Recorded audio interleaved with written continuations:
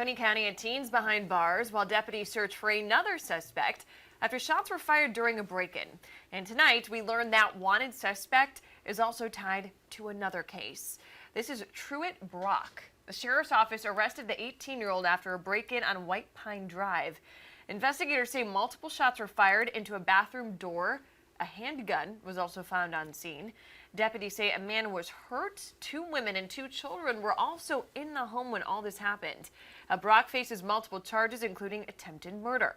Now, deputies are also looking for Julian Guerin, who faces an attempted murder charge. After reporting on this incident, Clemson police called us to let us know he is the same suspect wanted after an assault at a local bar last month.